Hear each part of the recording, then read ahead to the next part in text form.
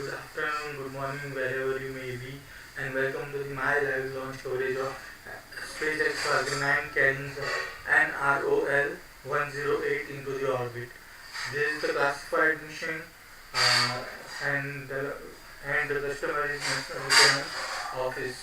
The next NRO launched a lot of secret payloads into the orbit, and generally they are launching their secret payload on ELA rocket, but this time they are flying on Falcon 9 rocket. The another cool thing about this mission is that the first time NRL utilized the reuse booster for the first time. Previously they launched one NROL payload, but with a brand new booster. For this mission, the booster is flying for live for the fifth time. Earlier it supported the CRS-19, CRS-20, then Starlink mission, then SAOCOM 1B mission, and now they are targeting NROL-108 from the Kennedy Space Center. The launch site is the Kennedy Space Center, Pad 39A, which is generally designed and utilized for the some secret payloads as well as the crew dragon, cargo dragon, and not the not uh, and at the least the Falcon Heavy. So the first stage for this particular flight will be flyback to the landing zone 1 at Cape Canaveral Space Force Station, Florida, which is just somewhere around 12 to 15 kilometers away from the launch site. So it's called a return to launch site mission, RTLS, for this particular mission. After the stage separation, I think they are end their webcast of the ascent, and they will continue their webcast with the descent of the first stage and landing at landing zone 1. We are still waiting for the stream for the SpaceX.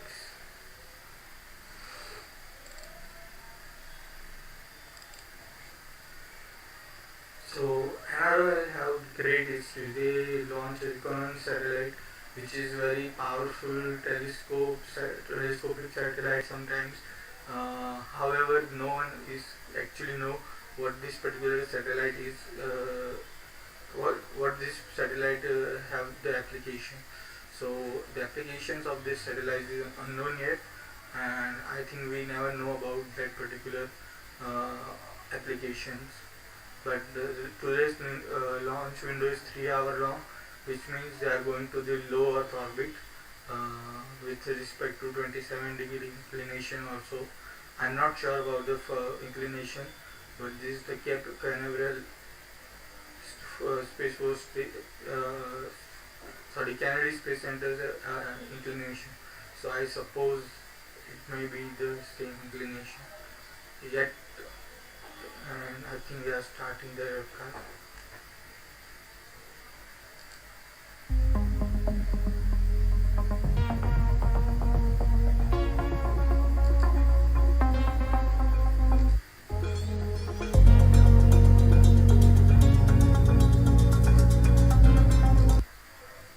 So they had started their live webcast with the music, but we are talking about the particular fairing. This time they are not going to catch the fairing with their boat mischief and mystery, because I think during the last time the boat have faced some problem, so they are under repairing. So I think they are not able to catch the fairings. Maybe possibly they will land this particular fairing back to the ocean, and then Ghost Searcher will keep the particular fairing from the water and maybe reuse again. This is the 25th mission of this SpaceX this year, which is a remarkable one because it's too high. You have to launch each mission at the interval of 15 days, which is very complex mission. But however, SpaceX is now an expert of launching satellite into the space. So we are still waiting for the official webcast starting. So here my brother, he is also very enthusiastic regarding the launches. So he is sitting just beside me to watch the launch and hopefully see the beautiful landing with a supersonic boom. So let's see any update from the SpaceX or not.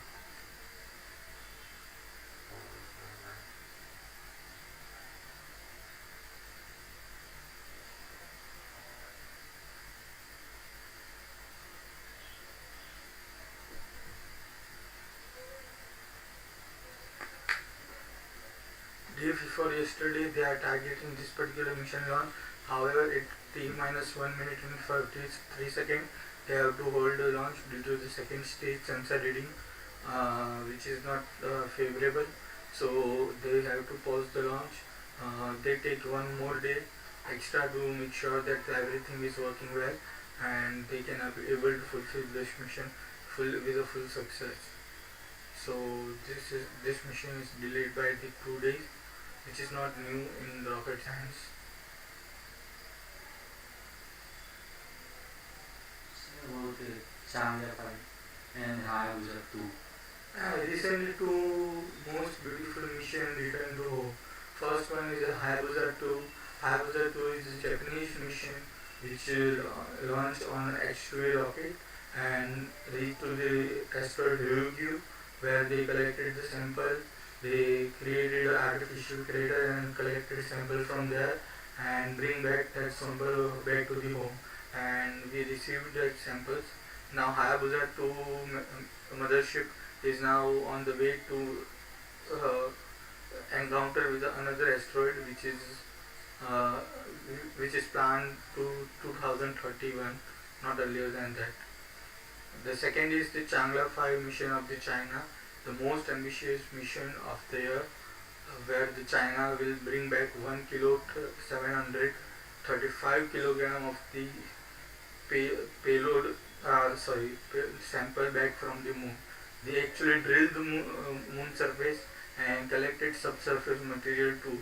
So it is a very, very ambitious mission, and hopefully China will unveil some secrets of the moon with this sample analysis.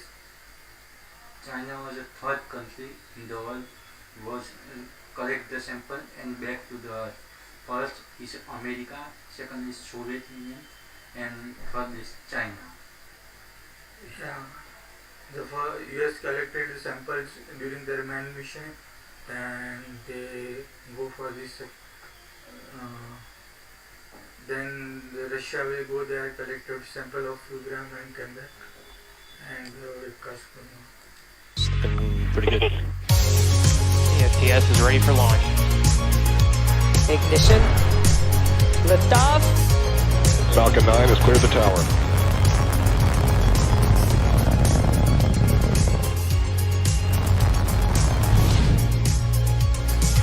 Ten, 9, 8. Side booster ignition. 6, 5, 4, 3, 2, 1.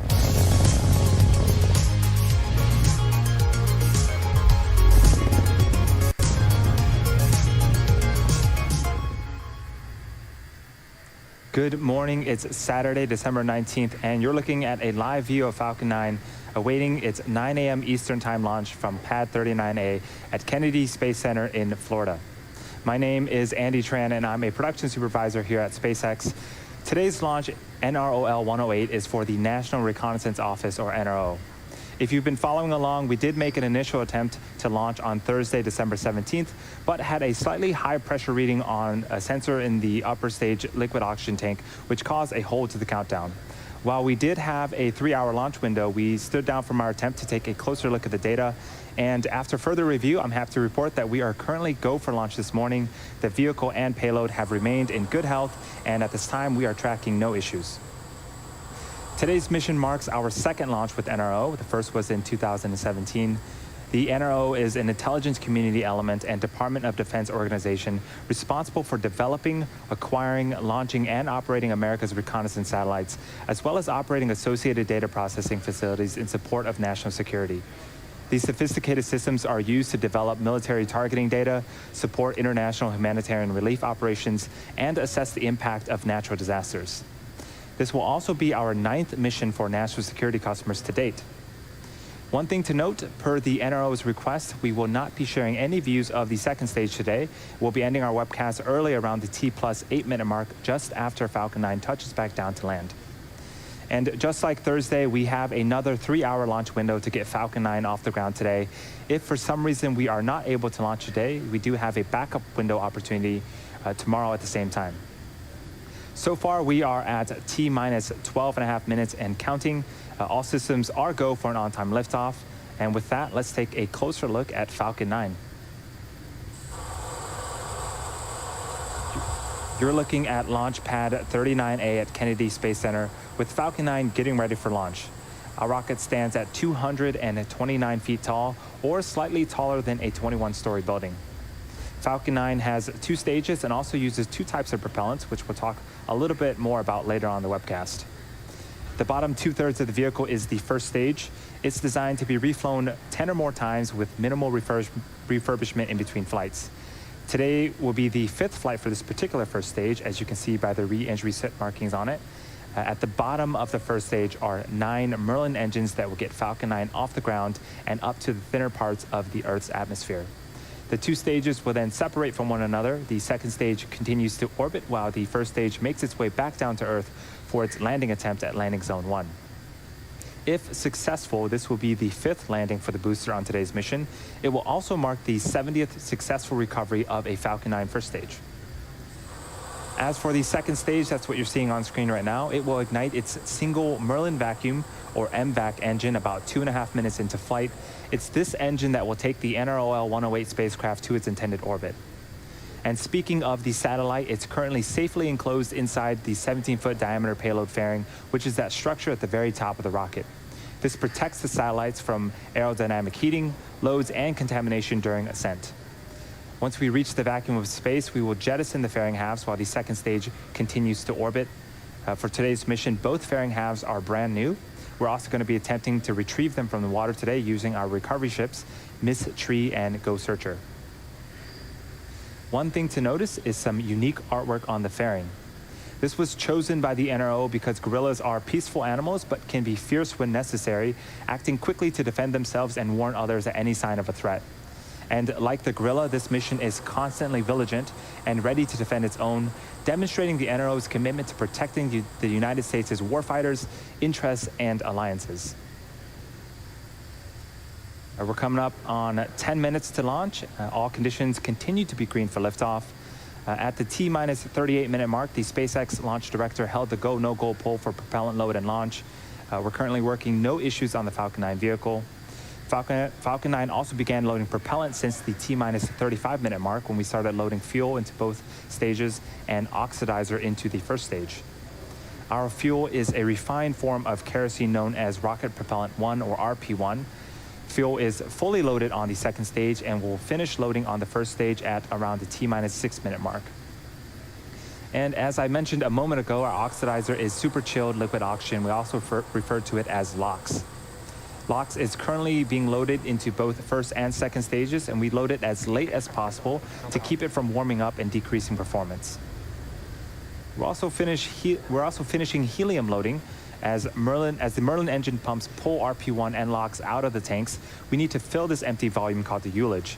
We use the helium stored in pressure vessels and expand it using heat from the Merlin engine gas generator's exhaust. In about 2 minutes, at T-minus 7 minutes, engine chilling will begin. This is where we allow a small amount of super chilled liquid oxygen to flow past the turbopump inlets, cooling them to avoid thermal shocks when we light the Merlin engines at T-minus 2 seconds. If we happen to have another hold to the countdown today, we do have another 3-hour launch window that could allow us to reload the ultra-cold liquid oxygen and make another launch attempt today. Again, this presumes that we understand whatever caused us to hold the count and can safely proceed with recycle and launch. If we can't launch today, we do have a backup opportunity tomorrow around the same time. For the range, everything is looking green and they are standing by ready to support today's mission. For weather, it's looking much better than Thursday with only a 10% chance of violation. All systems are go for a liftoff at 9 a.m. Eastern Time. As I mentioned earlier, the National Reconnaissance Office, or NRO, is a joint Department of Defense intelligence community organization responsible for developing, launching, and operating America's signals, imagery, and communication satellites. Here's a closer look at the NRO and its capabilities.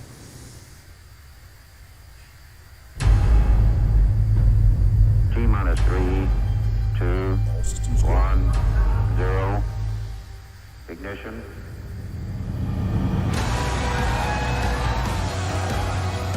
We are the agency that made the impossible possible, protected the world, and brought technology to levels undreamt of. Go Atlas. Go Centaur. The race to space was a series of firsts, and we were there. We were the first to surveil our adversaries from the high ground of space, literally taking technology to new heights, watching our adversaries, guarding against the threat of nuclear war, and providing strategic advantage to our nation. We were the agency no one had heard of, because we worked in total secrecy. But we've stepped out of the shadows, and we are writing the next chapters of American space technology. We are the National Reconnaissance Office, the NRO, the world leader in our tradecraft, collecting top secret imagery and signals from space. Natural disasters threaten thousands of lives. Conflicts displace millions, and adversaries mount threats. We give advance warning, aid in the aftermath, protect our citizens, and safeguard RP1 load the is world. complete and is closing out. We are the only agency that develops these tools, partnering with the intelligence community, the military, and the best of private industry to drive innovation. We are the leader in space intelligence systems, the NRO. At the heart of it, our people who take satellites from idea to orbit, focusing talent and resources, developing, building, launching, operating sophisticated NRO systems that help us maintain global vigilance 24/7, 365. Small sats made possible by miniaturization, reducing costs and expanding possibilities. Large satellites with capabilities designed to answer our toughest national security questions. Pioneering achievements on the ground, where analysts bring it all together. How do we do it?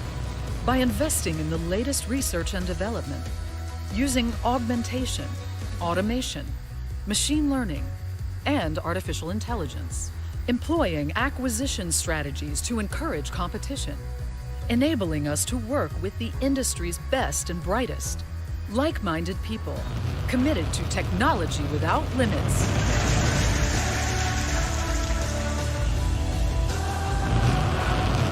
This is where careers rise to heights unimagined, where you can take your eyes and ears into space. We deliver, under budget and on schedule, meeting and exceeding expectations, to answer questions yet unasked. We develop new technologies every day and put them to use in record time in the high ground of space. No one can match us. The National Reconnaissance Office, the world leader in intelligence gathering. We are the NRO.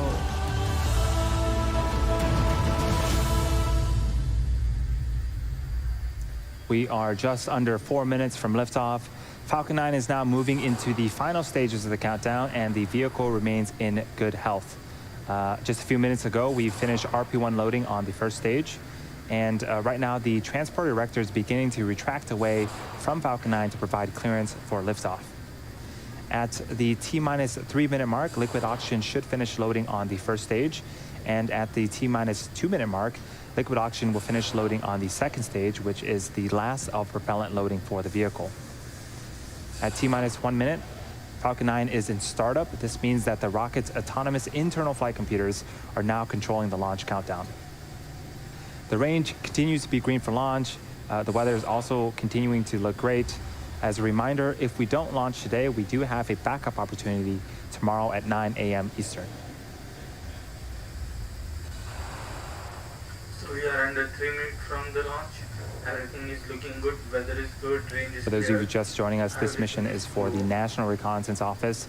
The payload today is NROL-108. This will be our second mission for the NRO and the 9th for national security customers.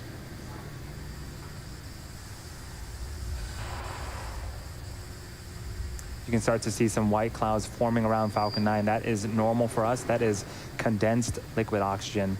As that super chilled liquid oxygen reaches the warmer ambient air temperatures of Florida, it starts to condense, and that's what you see on screen right now.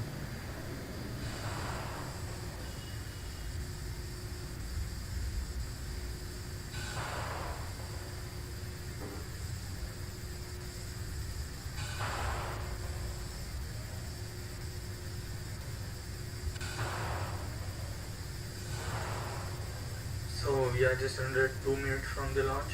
Everything is looking good. Weather is low. It's a 90% favorable condition. Just a few minutes from Vehicle is liftoff low.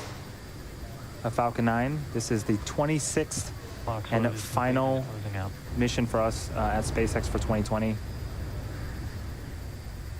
Just heard the call outs that LOX loading has now completed.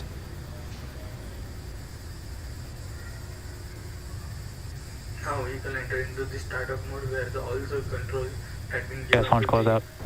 had been given to the onboard computer of Falcon 9.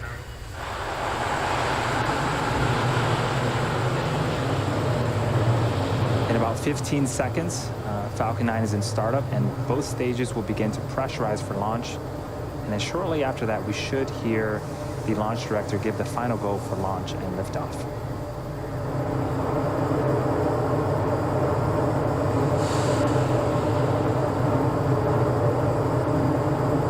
So vehicle is startup mode. Everything is looking good. Onboard computer take over the control of the rocket. And let's see the launch.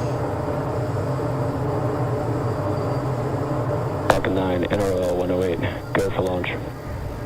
Okay, we have a go for And you launch. heard it, we are good for launch. NROL-108, 30 seconds from liftoff. Let's tune in and see Falcon 9 T-minus 30 head to seconds. space.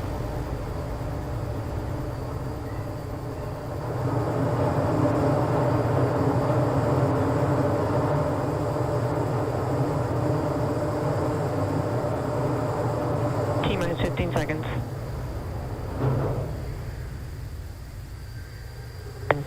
9, 8, 7, 6, 5, 4, 3, 2, 1, 0. Ignition and liftoff.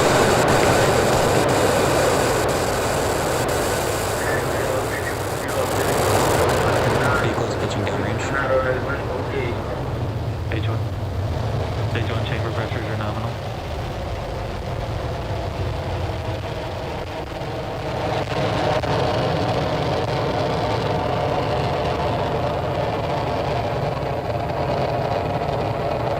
Initially the Falcon 9 go vertical, then they will do the what's called pitching down program, where the vehicle will pitch down so that We are can T enter plus into the 40 orbit. seconds into flight. That is a gorgeous shot of Falcon 9. Telemetry We nominal. are in the middle of the NROL-108 mission.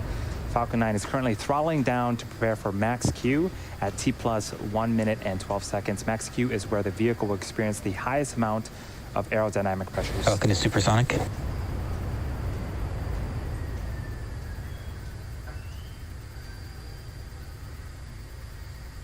Maximum aerodynamic pressure. And we've passed max Q. All is looking good with the stage 1 trajectory. In about a minute, we'll have 5 events happening back to back. First up is main engine cutoff. We also refer to that as MECO. This is where all 9 Merlin engines on the first stage will shut off to slow the vehicle down in preparation for the second event, stage separation. During stage separation, the first and second stage will separate from one another. The third event is second engine start, or SES1. This is where the single Merlin vacuum engine on the second stage will ignite. The fourth event is boost back burn for the first stage. And the last of these 5 events is fairing deploy, where we will jettison the nose cone at the top of our second stage. A reminder, again, we won't be broadcasting the fairing deploy at the request of our customer, but we should get audio confirmation of it. We're about 15 seconds away from the first of those 5 events, main engine cutoff.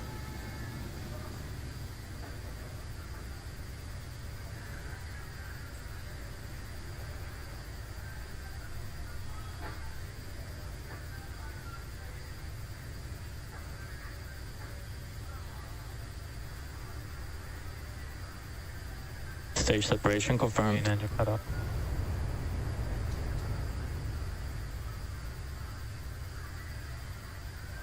Second staging. Stage 1 boost back startup.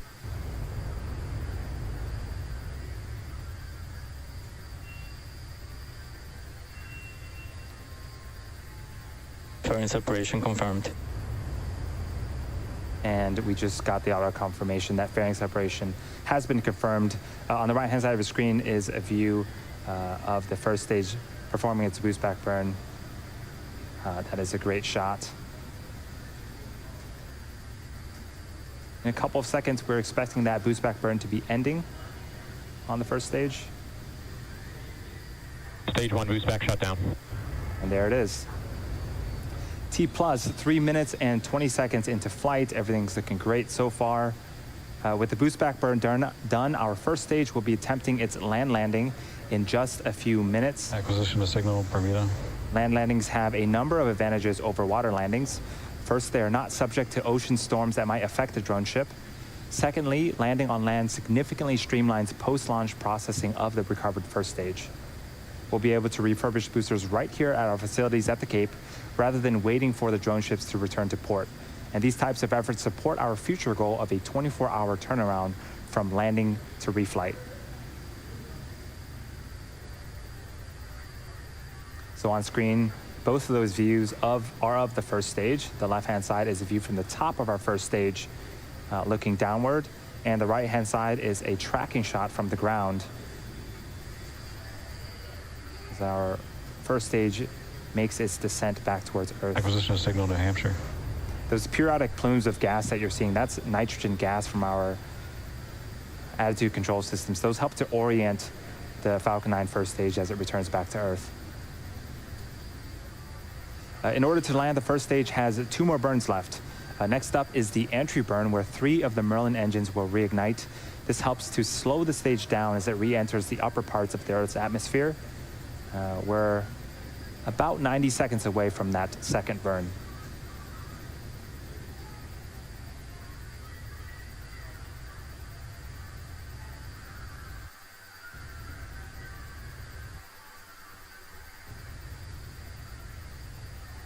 Second stage following a nominal trajectory. Second stage seems to be doing great. If you've been watching our previous webcasts, usually at this point we have a view of our first and second stages. Again, as a reminder, per our customer's request, we will not be showing any views of the second stage. So for now, we'll be watching the first stage make its returned and eventual landing attempt at landing zone 1 in Florida. So what you see beside the booster is the grid wing. It actually moves like this to control the vehicle. Just under a minute away from the second of 3 burns. You can see that our hypersonic grid fins have also deployed. Those are the honeycomb-like structures that you see on screen right now. Those help to guide the rocket back during its descent as well. During the atmospheric flight. So, entry burn will help the vehicle to slow down enough so that it can enter into the atmosphere in a single piece. Then the grid wing controls the vehicle and single engine fired for the landing, and then the landing gear recovered and vehicle will touch down at landing zone 1.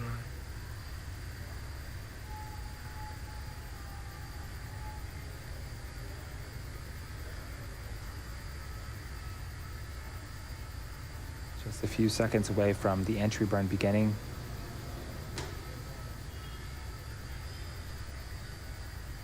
Stage 1 entry burn startup.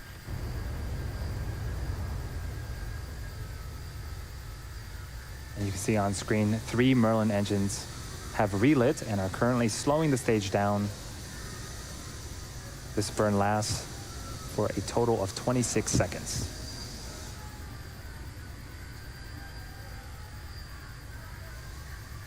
So this is the entry burn to reduce the speed of the vehicle so it can enter into atmosphere with an intact. Stage 1 entry burn shut down. Sorry, it's entering into the... And the second burn for the first stage is done. Next up is the landing burn, about 40 seconds away. During the first stage landing burn, a single Merlin engine will relight and slow the vehicle down for its fifth landing attempt at landing zone 1 in Florida. About 25 seconds later, you can see that we can start to see the Earth approaching as the first stage continues to make its descent. As a reminder, we are ending the webcast after Falcon 9 lands. We won't be sharing any views of our second stage at the request of our customer.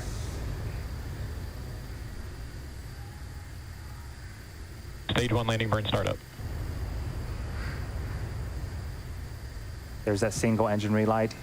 Here comes Falcon 9 for its fifth landing attempt at landing zone 1. You can see the grid field in action. Continuously control the vehicle.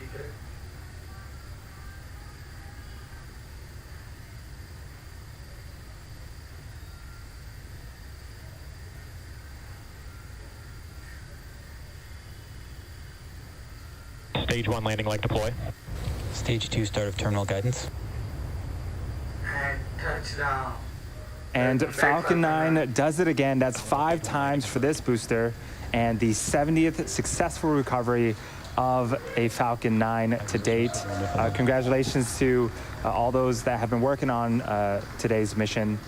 As we mentioned earlier, at the request of our customer, the National Reconnaissance Office, we are concluding our webcast coverage early today. We want to thank the NRO for entrusting us with today's launch.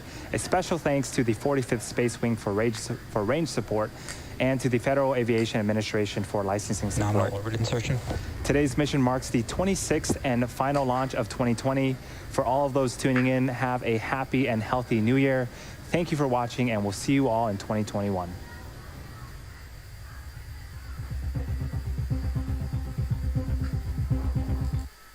So this will conclude the mission. We have beautiful liftoff, stage separation, fairing separation, first stage boost back burn, enter burn, and landing, and fabulous landing at the landing zone 1. And vehicle now undergo the post-inspection, inspection, and then they will be make it ready for the next flight, which is the 6th flight for this particular booster. So this particular booster completed its 5th flight, and everything is worked very well. So with this, I am also ending my webcast right now. We'll see you with the next launch from the Kuru Friends Guyana.